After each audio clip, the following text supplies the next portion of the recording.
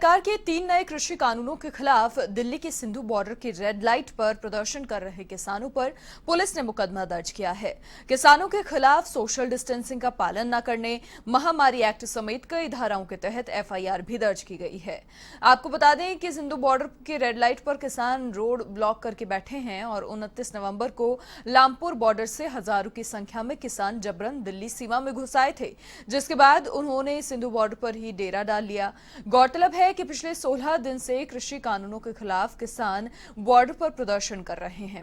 इन प्रदर्शनकारी किसानों में अधिकतर पंजाब और हरियाणा से आए हैं और इसके अलावा भी देश के अलग अलग राज्यों के किसान गुट भी यहां पहुंचे हैं।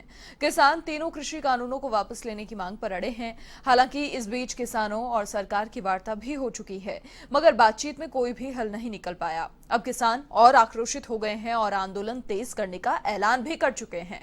12 दिसंबर को सभी टोल प्लाजा फ्री करेंगे किसान संगठन और जिला मुख्यालयों पर प्रदर्शन यहां किए जाएंगे।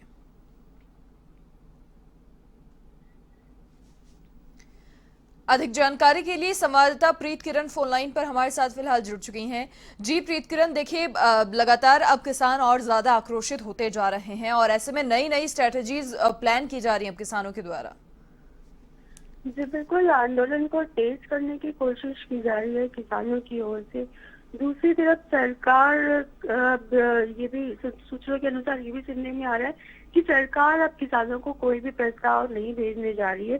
जिस तरीके से बातचीत हो रही थी लगातार, 5-6 दौर की बातचीत हुई, उसके बाद सरकार की ओर से प्रस्ताव भेजे गए, कुछ अमेंडमेंट्स करने की बात की गई कानून में।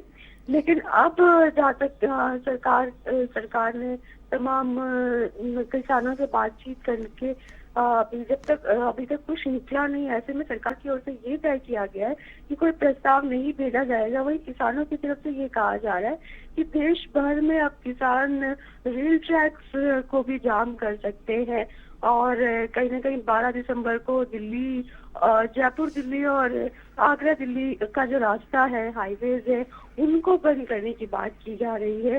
12 दिसंबर को ये किया जाएगा। साथ में 14 दिसंबर को देश भर में बीजेपी के जितने भी नेता हैं और बीजेपी के जितने भी मुख्यालय हैं अलग अलग राज्यों में, अलग अलग जिलों में, उनका घेराव किया जाएगा। तो कहीं ना कहीं पूरी तरीके से बॉयकॉट किया जाएगा बीजेपी के नेताओं का, क्योंकि जो जितने भी विपक्षी दल हैं उनकी तरफ से ये कहा जा रहा है कि जो कानून है वो किसान विरोधी है। लेकिन बीजेपी के जो तमाम नेता हैं वो किसानों के पक्ष में अब तक नहीं उतरे हैं, ना ही उनकी तरफ से कोई बयान आया है। ऐसे में बीजेपी के तमाम नेताओं का किसानों की ओर से बॉयकॉट किया जाएगा। आंदोलन को तेज करने के प्रयास किए जा रहे हैं। दिल्ली के जो तमाम रास्ते हैं उनको ब्लॉक किया जाएगा। जिस तरीके से किसान नेता तमाम बयान दे रहे हैं कि सरकार से बात नहीं बनी, इसलिए अब आंदोलन तेज करने की बात की जा रही है।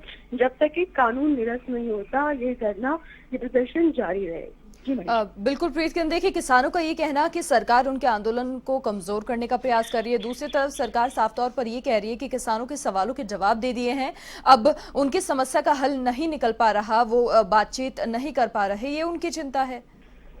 जी बिल्कुल, सरकार की तरफ से साफ ये कहा गया कि बातचीत के तमाम रास्ते सरकार की ओर से खोले गए।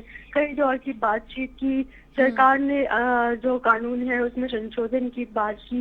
जिस भी मुश्किल में कानून को लेकर जो भी शिकायतें की किसानों ने, उनमें कहीं ना कहीं बदलाव की बात कही। सरकार ने जो भी गलतफहमी थी किसानों की उसको दूर करने की कोशिश की। लेकिन अब जिस तरीके से कानून को निरस्त करने की बात की जा रही है, सरकार इस कानून को निरस्त नहीं करेगी। साफ तौर से कृषि मंत्री नरेंद्र सिंह तोमर ने कल प्रेस कॉन्फ्रेंस करके कहा कि जिस तरीके से प्राइवेट प्लेयर्स की बात की जा रही थी, कॉन्ट्रैक्ट फार्मिंग की बात की जा रही थी, ये तमाम तरीके जो है राजस्थान में, हरियाणा में, पंजाब में, यूपी में इस तरीके से खेती होती रही है। ये कोई नई बात नहीं है और किसान इन तमाम चीजों से कोई अनभिज्ञ नहीं है। ऐसे में इन तोड़ मरोड़ कर पेश किया जा रहा है। किसानों से कई दौर की बातचीत करने की कोशिश की गई, लेकिन किसान नहीं मान रहे। ऐसे में आगे कानून को नहीं निरस्त किया जा सकता। बहुत शुक्रिया प्रीत किरण, तमाम जानकारी साझा करने के लिए आपका। तो ये थी हमारी सहयोगी दिल्ली से प्रीत किरण, जिन्होंने तमाम जानकारी साझा की। तो किसान संगठन तीनों कृषि कानून वापस लेने पर अड़े हैं, लेकिन सरकार ने साफ तौर पर कह दिया है कि कानून वापस नहीं लिए जाएंगे। बातचीत हालांकि की गई, लेकिन किसानों में सरकार की ओर से कहना कि सामंजस्य है नहीं और बातचीत का हल निकल नहीं पा रहा।